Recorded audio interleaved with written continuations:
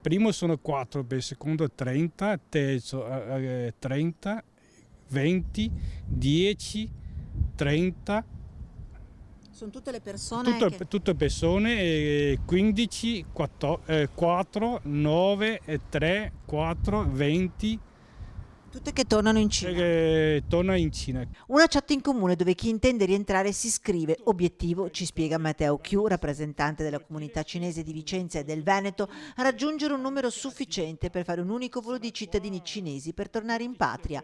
Da quando è scoppiato il caso coronavirus, la comunità cinese ha visto piano piano svuotarsi negozi, ristoranti, centri massaggi e saloni di estetica.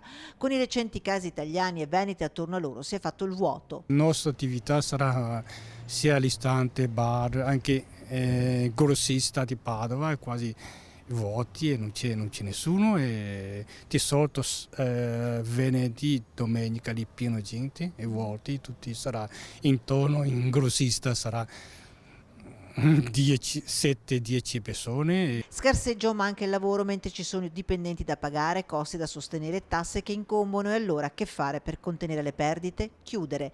Chi in vetrina ha messo il cartello con scritto ferie, chi ha chiuso e basta. Vi siete messi in ferie? Sì, perché per fare diminuisci le spese è meglio chiudere, tenere fermo, così magari quando passa sto coronavirus dopo li apri.